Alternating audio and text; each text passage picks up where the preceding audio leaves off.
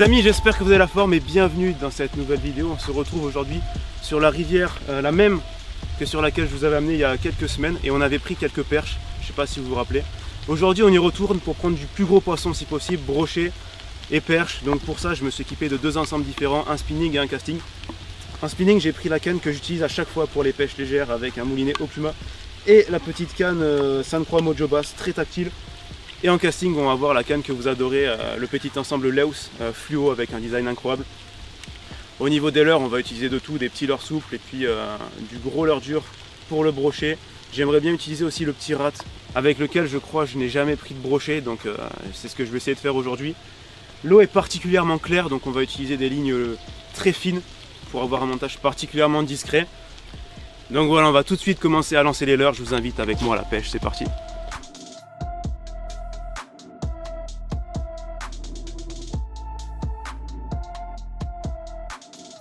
Je vais commencer avec un tout petit Rock Vibe, c'est un leurre que j'adore pour pêcher les perches parce qu'il est très mobile. Avec sa petite queue en strie, il émet énormément de vibrations et il se fait repérer de loin pour un petit leurre de cette taille. Dessus j'ai mis une toute petite tête plombée avec un bas de ligne en fluorocarbone 25 centièmes et puis un petit avançon en 18. Je mets un petit avançon en 18 centièmes pour la discrétion parce qu'on a une eau qui est particulièrement claire. Donc on va commencer avec ça. Et j'ai pris un coloris qui se rapproche de celui de l'eau pour parce que c'est une valeur sûre tout simplement.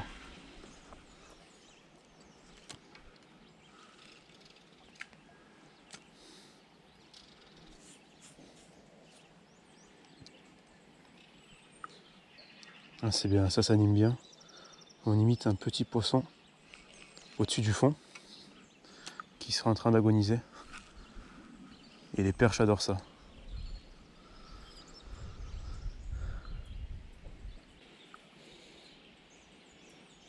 Ouais, il y en a une. Ouais. Petite perche. Je l'ai vu le gober en direct. Sympa, premier petit poisson. Je vais pas le garder longtemps hors de l'eau. C'est un beau petit poisson.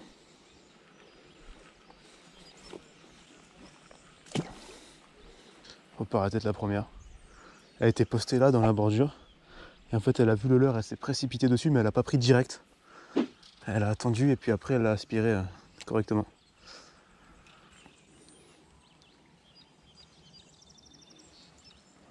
Là je pêche principalement à vue, vu à quel point l'eau est claire, mais j'essaye quand même de lancer sur les postes propices, par exemple ces branches là, je lance à proximité pour voir s'il n'y a pas un poisson dessous, et un poisson que je pourrais potentiellement faire sortir en passant mon leurre à côté.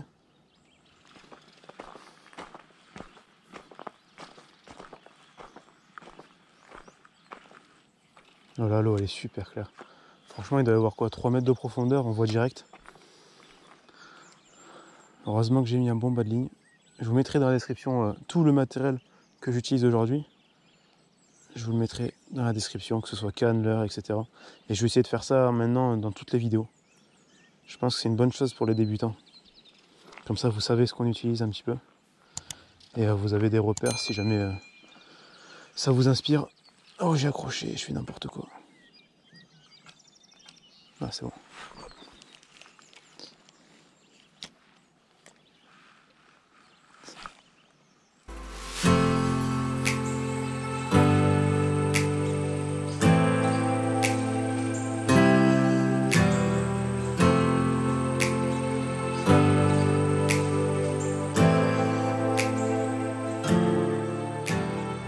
On se retrouve une nouvelle fois au bord de l'eau, là on est le lendemain et vous avez vu la qualité de l'eau, c'est un peu désagrégé, l'eau est super trouble.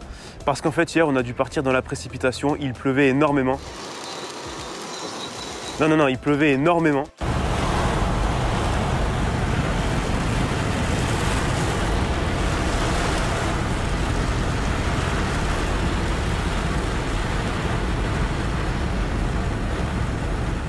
Bienvenue sur la Côte d'Azur. Du coup, je voulais vous dire aussi un truc, c'est que vous avez vu hier, des fois, il y a eu des plans, pas la GoPro, mais l'autre, une caméra supplémentaire. J'étais filmé de dos ou de face, par exemple. En fait, c'est pas mon téléphone, parce que certains vont dire, ouais, la qualité était dégueulasse. Tu as filmé avec ton téléphone et tout. Non, c'était une caméra de fou, celle-là. Et C'est juste que je ne sais pas l'utiliser encore. Donc ça va être l'occasion pour moi justement d'apprendre à l'utiliser dans les prochaines semaines pour vous proposer une qualité documentaire, une qualité de fou. Ce dont je rêvais depuis des mois et des mois, voire des années. Il y a le vent, c'est pas forcément agréable. Là, ce qu'on va faire aujourd'hui, du coup, c'est qu'on va partir plutôt au brochet comme l'eau est trouble. Ça va être l'occasion peut-être de faire des gros poissons puisqu'ils seront moins méfiants. Donc on va pêcher le pike avec des leurres, avec des palettes, je pense, justement pour se démarquer dans cette eau très très trouble. Et à l'époque, il y avait des panneaux disposés le long de la rivière qui indiquaient qu'il y avait du brochet. Je ne sais pas si vous vous rappelez, j'en avais filmé des fois quelques-uns il y a quelques années. Et j'en ai toujours pas eu la preuve de la présence de brochet ici, donc on va essayer de voir ça aujourd'hui, c'est parti. Là, je commence avec un spinner pour deux raisons principales. Déjà parce que avec les palettes, il va pouvoir se démarquer dans cette eau très trouble. Et ensuite parce qu'avec sa forme en V, difficile d'accrocher, puisque la pointe de l'hameçon est protégée par l'axe du haut. Donc c'est difficile d'accrocher même avec autant de branches. Parce que là, autant vous dire qu'avec les inondations et tout qu'il y a eu, c'est plein de branches et tout, au fond c'est dégueulasse. Parce que tout ce qui était sur la terre a été ramené dans l'eau en fait. Donc il vaut mieux éviter d'accrocher, ouais. C'est un petit spinner Fox Rage. Et derrière j'ai mis un leurre Crazy Fish. Je règle un peu le frein. Je pense que la majorité de la pêche va se faire non pas dans le lit principal de la rivière, mais ce qu'on appelle le lit majeur. Le lit majeur, c'est le lit qui s'élargit en cas de crue. C'est le lit le plus large. Et je pense que ça va se faire sur cette partie-là parce que c'est une zone qui normalement n'est pas en eau. Et c'est là où les poissons vont se mettre pour se reposer après avoir lutté contre la crue. Donc c'est là où je vais pêcher. C'est-à-dire, par exemple, à ma gauche, là on va y aller juste après.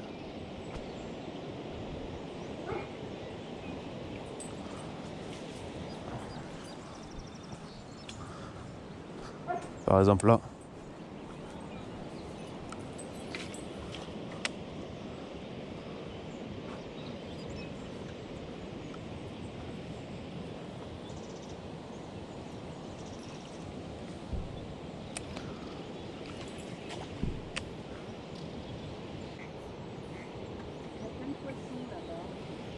Ah ouais? Pourquoi il y a le passage le barrage là?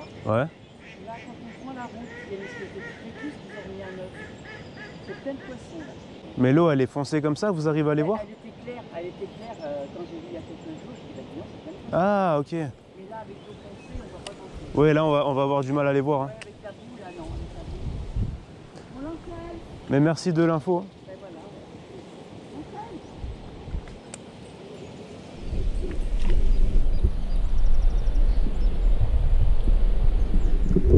C'est vraiment un super ensemble pour les pêches rapides comme ça. Vous avez été très nombreux à me demander où est-ce qu'on pouvait trouver cet ensemble. Je crois que dans chaque vidéo que j'utilise, on me demande plusieurs fois. Je le comprends totalement puisqu'il est vraiment design et puis on voit qu'il est très efficace, très fluide et tout dans le lancer, dans le combat, etc. J'ai pris de tout avec du silure, du base, du cendre, du brochet, c'est hyper polyvalent. Et en fait, je peux pas répondre trop à cette question, où est-ce qu'on le trouve. Moi, je l'avais trouvé sur un site sympa, mais il en restait que 2, je crois. Et à la suite de cette expérience, j'avais demandé un partenariat à Laos pour faire la promotion de ces cannes, de ces ensembles sur YouTube. Mais ils ont refusé. J'ai vraiment l'impression qu'il n'y en a pas tant que ça. Je pense que le brochet, c'est pas le fort de cet endroit. C'est un endroit formidable pour faire du très gros chevenne. Et également des perches. Il y a des belles perches. C'était pour ça que j'étais venu à la base.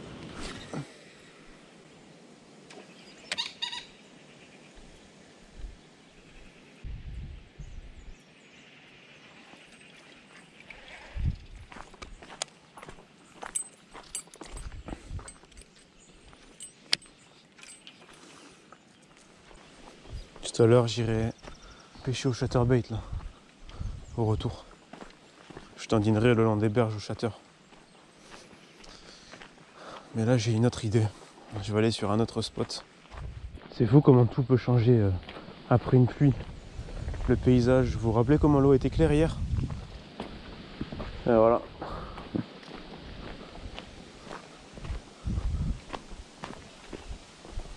Bah, du coup, je change complètement de technique. Là, on va plutôt rechercher la perche et le cheven.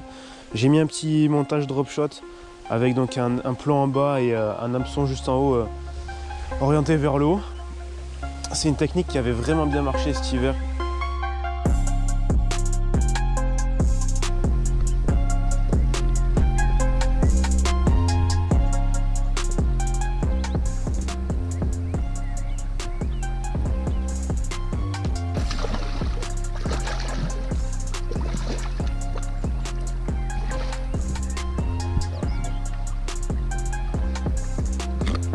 Oh, belle prise.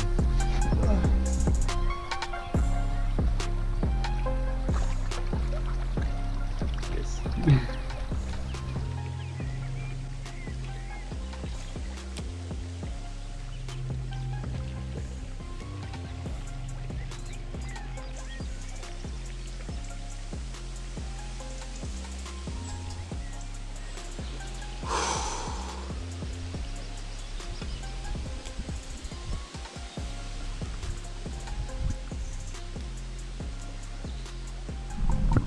Ouais, il l'a eu. Ouais. Ouais, c'est bon. C'était la chance de la journée.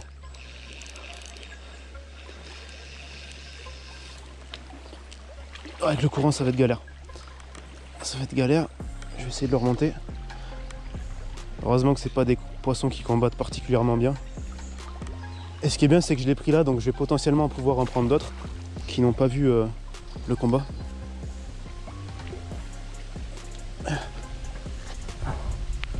Allez, viens. Allez, viens.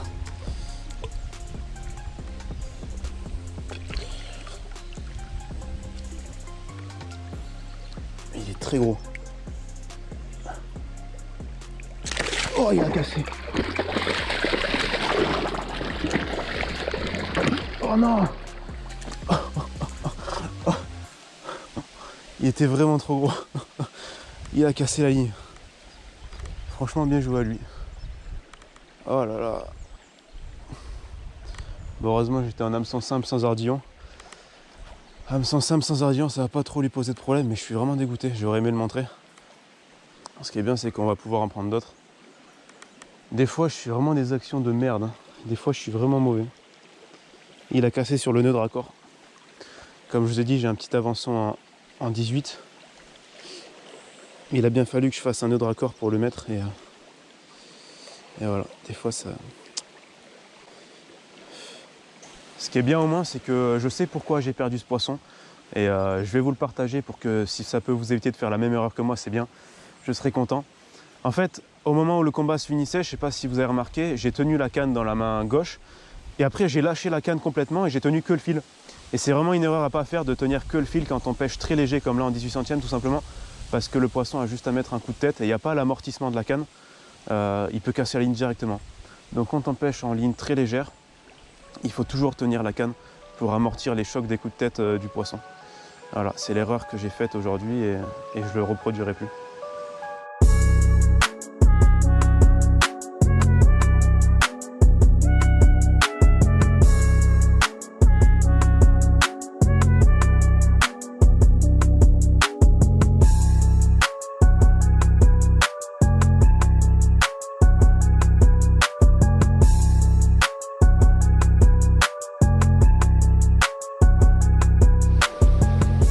Alors là je suis parti manger à la maison et je suis revenu. Le problème c'est que j'ai oublié ma caméra principale. J'ai pas de cerveau en ce moment, c'est un truc de fou.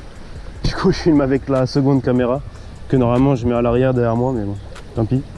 On va retourner pêcher et là par contre en ce moment j'ai une pensée pour Mich Pêche, que vous connaissez tous, le collègue Mich Pêche, qui nous a fait rêver avec ses vidéos pendant tant d'années. Et là il est en train de se faire pirater sa chaîne, il vit un moment compliqué je pense.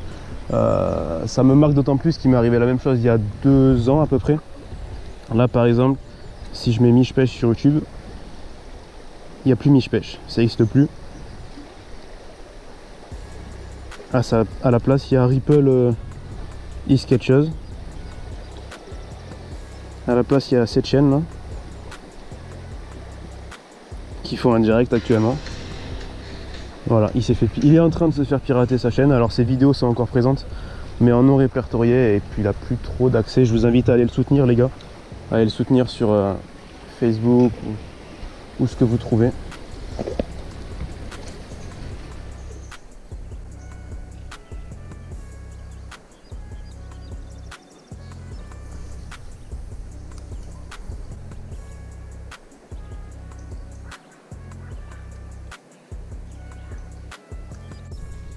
Ah, ça va être un lancer hyper technique, très technique.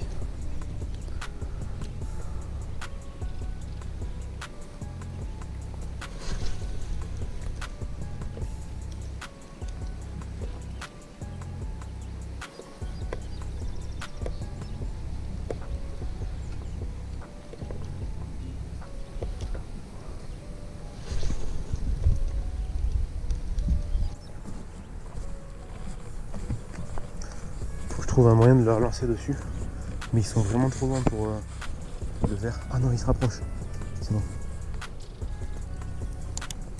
Ah, c'est bon pour moi.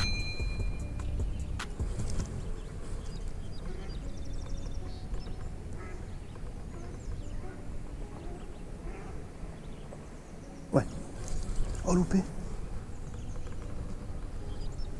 Ah non, il a loupé. Parce que déjà il a pas pris avant. Il était là, avancez encore. Ouais. Avancez encore, plus loin, il était à droite. Il était en surface.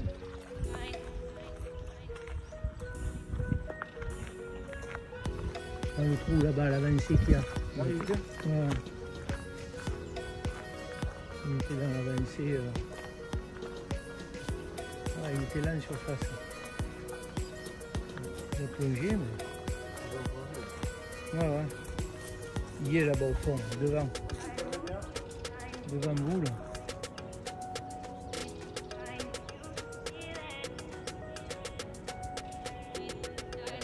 Il n'a pas pris. Il y en a d'autres. Il était pas loin, mais il n'a pas pris. Bah oui, il y en a plusieurs, j'en vois 2-3. En plus, quand il y en a plusieurs, souvent il fait. Je vais le prendre. C'est quoi, un ver de terre? C'est un ver de terre? Ouais, il a pas faim. Ah, joli.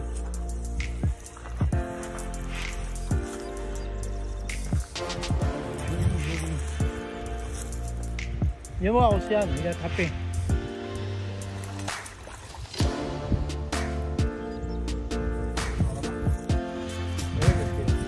Ah, un beau cheval. C'est un salabre, hein? Ah ouais, c'est un salabre. Ouais, de là. Ici, il a mené. Je te casse pas la figure. Ah, il est beau, hein? Hop, ok, beau. Et maintenant, j'avais été là l'autre jour avec ton père quand il a pris le loup de 4 kilos là. J'aurais pu le filmer.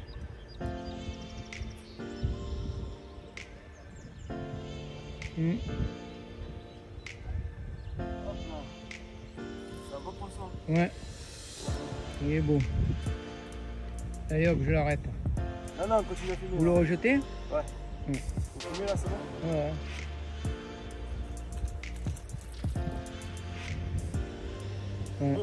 Ouais, bon.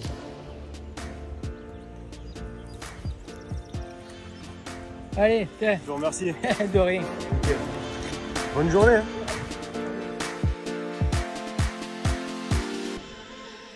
À cet endroit-là, il y a un petit bras de la rivière derrière. C'est un petit bras où il y a régulièrement du poisson. Là, il passe sous la route. C'est ici.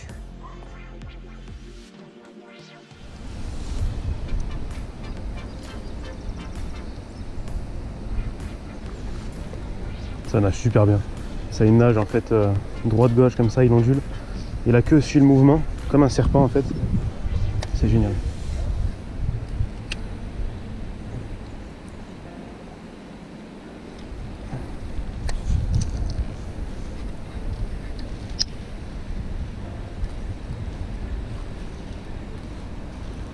tous les petits poissons qui suivent.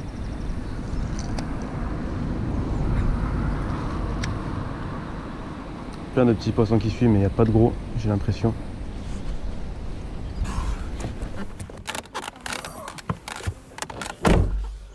Oh, c'était sportif. Bon, je vais utiliser le téléphone en guise de micro parce que j'ai pas. Oh, j'ai encore oublié mon micro. Voilà, c'est un. J'ai essayé de trouver une excuse, mais j'ai pas trouvé. J'ai oublié mon micro, j'ai plus de mémoire en ce moment, c'est la galère. Et je vais vous surprendre. Je pense que je suis assez content de la session que j'ai fait aujourd'hui parce qu'en vrai, c'était super dur. En vrai, c'était dur et les conditions n'étaient pas bonnes avec les inondations qu'il y a eu hier, la montée de l'eau et tout. Donc, en vrai, je trouve qu'on s'en sort bien. Une petite dédicace à Savagir qui a fait un super boulot parce qu'il y a eu quand même une femme qui s'est arrêtée à côté de moi en voiture. Elle s'arrêtait à côté de moi et elle me dit ouais, c'est une vraie la souris. Et là franchement j'ai bugué, je savais pas trop quoi répondre. Je lui dis j'aurais pu rigoler et lui dire que oui, non, je suis pas comme ça. Je lui dis non, c'est une fausse. Elle était en panique la dame en fait, elle croyait vraiment que j'utilisais une vraie souris comme appât. Il a fallu que je la rassure. Donc ça prouve quand même qu'ils ont fait un travail de fou avec un mimétisme incroyable, ça va dire. Beau boulot. J'espère quant à vous que vous avez kiffé la session les amis. N'oubliez pas de liker la vidéo si vous avez apprécié ce petit épisode et à vous abonner parce qu'il y aura plein de vidéos qui vont arriver par la suite, donc ne les ratez pas. Et puis si vous les likez, vous savez très bien que vous n'allez pas finir bredouille à la prochaine session, c'est comme ça, c'est une règle que j'ai inventée certes, mais qui est véridique. Portez-vous bien jusqu'à la prochaine session. Je souhaite un bon week-end et une bonne semaine à tous. Bye bye.